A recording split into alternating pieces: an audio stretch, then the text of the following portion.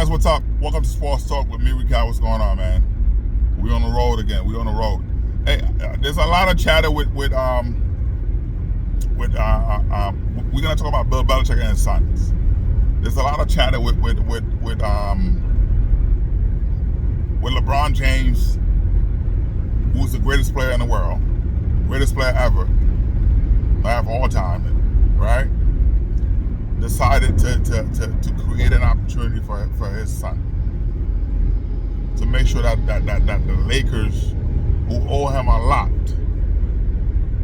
right, to make history, the first father and son duo, to make sure that his son get an opportunity, and the kid can play. Yes, he need a lot of practice. He need a lot of work, but he can produce, right? So you see him in the G League. The other day he dropped 30 points. He's attacking the basket, of course, which is why they sent him to the G League to develop, to work on his craft. Because with the minute count, he will be on a bench, most like the entire game. So they didn't want him. LeBron didn't want him to just sit there. Send him to the G League where he can play and develop, which is what he's doing, right? Which is what he's doing right now. Working on his mid-range, working on multiple things. He's attacking the basket. He's getting stronger. So I like that. All right, playing defense. He's doing great. His mid-range getting better. His three-pointers getting better. So anyway, so he's doing his thing. But people are clowning that because of what he did. You're not looking, you're not looking at nepotism throughout sports and businesses. We all done that. If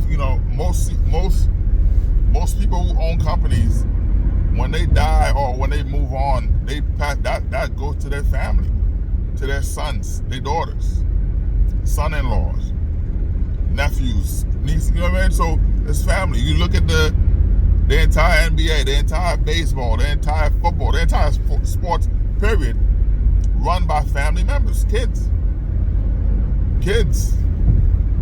You know what I mean? You look at the entire Dallas Cowboys, Yankees, whatever, all the kids in big position. Yes, Jerry Jones is the chairman, CEO, and general manager of the Dallas Cowboys. President, vice president are his kids, his son's daughter. You know what I mean? The daughters, all you know what I mean? So that's what it is. So people are mad at LeBron James for creating that opportunity. You just mad because your son was not good enough to do it. A lot of you guys have tried to put your kids, family member in positions at your job. You go to HR, hey, can you hire my wife? Can you hire my son? Can you hire my daughter? Can you hire my, you know what I mean? A lot of you guys have done that. But you over here, you know what I mean? But anyway, Bill Belichick, great coach. What he's done with New England, winning multiple championships, unheard of. Great defensive coordinator, great coach. You know what I mean? His winning percentage, bar none. What he did with New England, he made sure his sons were there, getting a job, which is what you do. You're in a position. Hey, if it's not a conflict of interest, you don't think that with all the job I've had, all the position that I've held, right? You don't think that if I could have hired my son, I would have. But I know that conflict of interest, I can do that. But now it's a different story. When you create an opportunity, when you own the company, when you work for somebody, it's difficult sometimes. You gotta get permission, whatever, unless they give you full power to do whatever you want. But most of the time, it's not like that. You gotta check in. You gotta do all of that stuff. But when you own your own company, you invest in your own money, your own thing. You don't have any shareholders to check you, to say, well, to override you. Yes, you have board members, whatever, that you appointed people, you know, whatever, but you don't have people that could override you to say, if a decision collectively, like when you look at it, leaders will always thrive. Bosses won't. So even though you own a company, you still gotta listen to other people. You know what I mean? But anyway, the point I was making, Belichick made sure that he created opportunity for his kids in New England. Right? So one of his son had a DUI, whatever. He had to fire his own son to save face within the organization, because there were other coaches who were in a similar situation, and he ended up firing them. So he had to do that with his son. But here's the thing. Now he's a head coach at UNC, right? He's a head coach. The stipulation is before you got hired. Bill Belichick called the Jets. He called the Jets to gauge their interest. Woody Johnson said, F no. Because Woody Johnson, remember, hey, you quit on the Jets.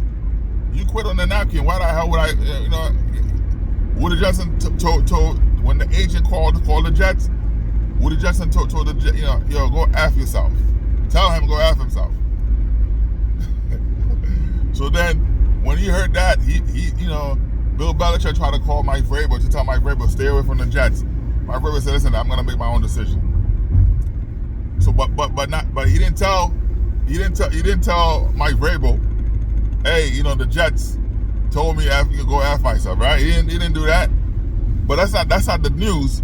The news is Bill Belichick with the deal with the University of North Carolina.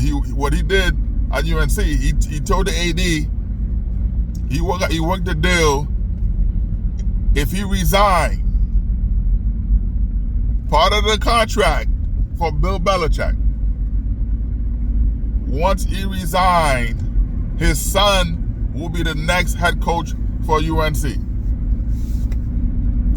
So when people are talking about, you know, nepotism, you talking this, you know, you're going hard on LeBron James, you're doing this, whatever, the entire sports world, there's a lot of coaches in the NFL who never played the game. Never. There's a lot of coaches in the NBA, baseball, who never played. Someone they knew got the job, and brought him in. They made enough connection in there, and that's how they you know, that person, how they got fired, move on, they took them with them. So they built enough connection to do that. That's all it is. It's not because they were great. No, sir. It's because of the connection that they had. Somebody who's friend with a friend, a father, whatever. Hey, bring my son in, bring this in, and they got an opportunity to be there, and that's all it is. Not because they were you know, they were ready. No, these guys got jobs as head coaches because of connection. Bill Belichick's son didn't play football. You know what I mean? So it's like, come on, man. But he played lacrosse. But Belichick worked that deal. Hey, you know, I will come here because he realized he had some leverage.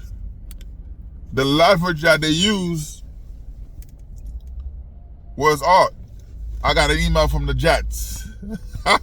The email was like, go F yourself.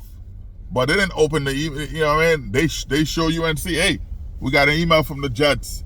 Like, you know what I mean? The Jets, you know, so they to put fire and to get some leverage, because Belichick didn't have any leverage because no one in the NFL wanted him, right? Well, the Falcons did. Arthur Blank was going to hire him until Robert Kraft called Arthur Blank, said, hey, don't even waste time with him. You don't want that headache. Don't hire him. So then Arthur Blank pulled the plug. So Belichick didn't have any leverage. He did not have any leverage, on his side. But what the agent did, he used the email from the Jets. Yeah, he emailed the Jets to get to gauge the interest. Woody Johnson told him, hell no. So he used that email to say, hey, we got an email from the Jets offer. You know what I mean? So on the email thread, on the subject line, he wrote offer to the Jets and sent the email. Woody Johnson told him, hell no. He read the email. He knew what it was. He read the email and knew what it was already, but he clicked unread. So when he showed UNC that email, he showed a thread, the top. Hey, the Jets are interested. All right, what do you want him to do? Because he really want to come here, but the Jets are interested. So they were betting against themselves, really. Nobody wanted him, nobody else. So that's what it was. So now he brought leverage back to himself. He brought leverage back to himself to say, hey, because like I said, he called the Jets, he called the Panthers, the Bears. I'm sorry, he called the Bears. The best situation, wasn't gonna work. Caleb Williams, the Bill Belichick's new girlfriend. I think that's Caleb Williams' ex-girlfriend. Anyway, but what he did, he put a stipulation on the deal. If I come to UNC as the head coach, when I resign and retire, walk away, whatever, for his son to be the next head coach. And that's and you guys over here talking about nepotism with LeBron James, who made sure his son, the second round pick, to get drafted in the second round, who's already made the Lakers so much money. Bronny James already made the Lakers $50 million. They signed him for whatever, was it $9 million? $9 million for what, 3 years for whatever deal, $9 million, and jersey sell. His jersey have and counting, $50 million. That's LeBron James' contract is $50.7 million. Bronny James already made that money for the Lakers. You know what I mean? So Bronny James has made the contract for both him and his dad, just on jersey sale alone. He's already done that. But you guys focus so much on nepotism with him, but not nowhere else. Nepotism is everywhere in business. It shows you got to understand business. But Bill Belichick makes sure part of that contract to do that. But hey, rightfully so. You know what I mean? If you have an opportunity, you're gonna make sure that your kids are secure. If you could do it, why not? If in business, all you have to do is ask. All you have to do is ask. Closed mouth don't get fed. And anything, in business and life, all you have to do is ask. Hey, I'm gonna do X, Y, and Z. Hey, this and that. You know what I mean? A relationship, dating a girl. Hey, this is what I want. This is what I whatever. All you have to do is ask.